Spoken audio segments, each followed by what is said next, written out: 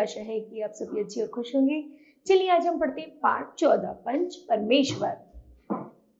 जुम्मन शेख और अलगू चौधरी में गाढ़ी मित्रता थी।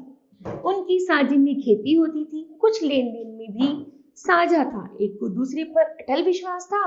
जुम्मन जब हज करने गए तो अपना घर अलगू को सौंप गए थे और अलगू जब कभी बाहर जाते तो जुम्मन के भरोसे अपना घर छोड़ जाते थे। उन दोनों के विचार आपस में मिलते थे। उनकी मित्रता की शुरुआत तभी से हुई थी जब बचपन में उन दोनों को जुम्मन के पिता शुरुआती शिक्षा प्रदान किया करते थे। जुम्मन शेख की एक बूढ़ी खाला मौसी थी। उसके पास थोड़ी सी जायदाद थी, परंतु उनके निकट संबंधियों में कोई ना था। जुम्मन ने लंबे लंबे वादे करके वह जायदाद अपने नाम लिखवा ली। जब तक जायदाद की रजिस्ट्री ना हुई थी तब तक खाला जान का खूब आदर सत्कार किया गया। उन्हें खूब स्वादिष्ट पदार्थ खिलाए गए। रजिस्ट्री की मोहर लगते ही जुम्मन शेख का स्वभाव बदल गया। जुम्मन की पत्नी करीमन रोटियां देने के बजाय कड़वी बातें सुनाने लगी। कुछ दिन तो खाला जान ने सब कुछ सुना। जब सहा ना गया तब जुम्मन से शिकायत की, लेकिन जुम्मन ने गृह स्वामी के प्रबंध में दखल देना उचित ना समझा। कुछ दिन यूं रो धोकर काम चलता रहा।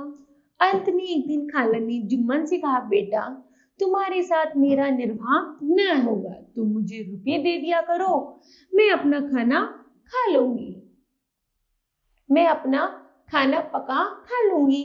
जुम्मन ने दृष्टा से उत्तर दिया, रुपये क्या यहाँ फलते हैं? खाला बिगड़ गई। उन्होंने पंचायत करने की धमकी दी। जुम्मन बोले, हाँ जरूर पंचायत का फैसला हो जाए। मुझे भी रात दिन की खटपट पसंद नहीं।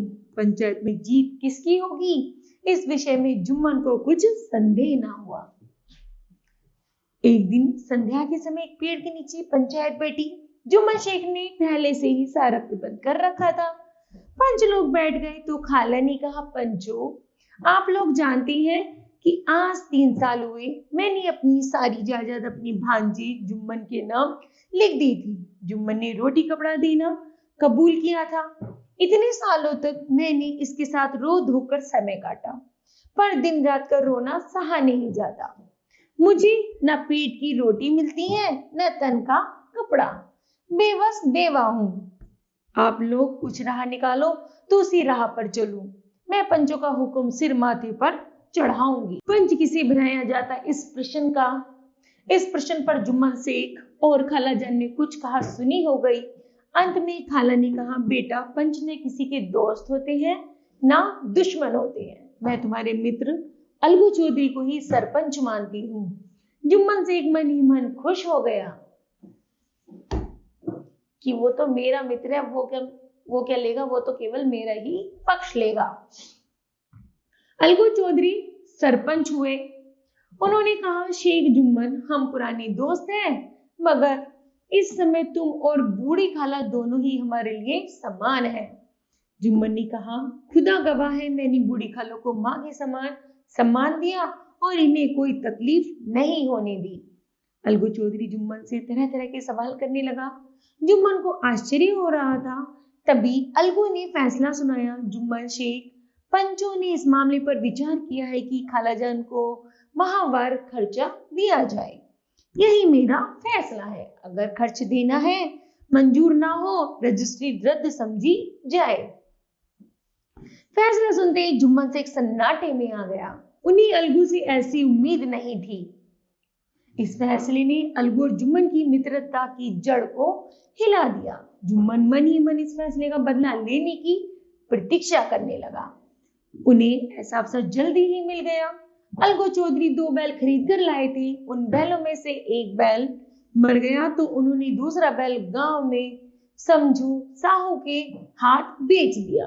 उसने 1 महीने में दाम चुकाने का वादा किया था।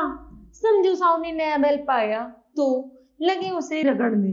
उसके चारे पानी का भी ध्यान न रखते। बेचारा बैल महीने भर में ही पिस गया।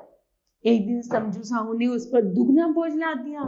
बैल ने जोर लगाया लेकिन धरती पर गिर पड़ा और ऐसा गिरा कि कभी ना उठ सका।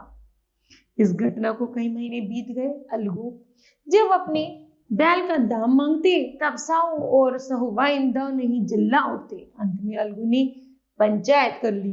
पंचायत उस वृक्ष के नीचे हुई।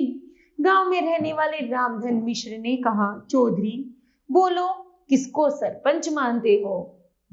अलगू ने सा कहा, समझू साहू ही चुन ले। समझू ने जुम्मन को सरपंच चुना। अलगू का कलेजा धक धक करने लगा, लेकिन उन्होंने स्वीकार कर लिया। जुम्मन जब सरपंच के आसन पर बैठे तो उनके अंदर जिम्मेदारी का भाव पैदा हुआ। उन्होंने सोचा, मैं इस वक्त इंसाफ और सब्र के सर्वोच्च आसन पर बैठा हूँ। मेरे मुंह से जो निकलेगा वह खुदा की जुबान होगी। अंततः मेरा सत्य से डिगना उचित नहीं है। दोनों पक्षों की बात सुनने के बाद जुम्मन ने फैसला सुनाया, अलगू चौधरी और समझू साहू पंचों ने तुम्हारे मामले में अच्छी तरह विचार किया। समझू के लिए उचित है कि वह बैल का पूरा दाम दे।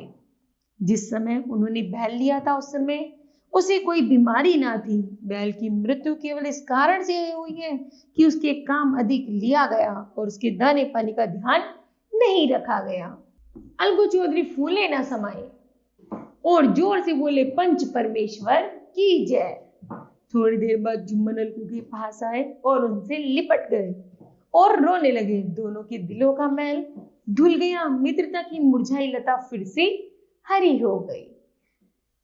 तो बताओ बच्चों, आज आपने क्या सीखा? तो हमने सीखा कि जब हम किसी का फैसला करते हैं तो हमें कोई मित्रता और दुश्मनी न निभाकर बल्कि सच्चे दिल के साथ उनका फैसला करना चाहिए। हमें बताना चाहिए क्या सही है और क्या गलत है। ठीक है, तो मुझे आशा है बच्चों यह पाठ आपको समझ आया होगा। धन्यवाद।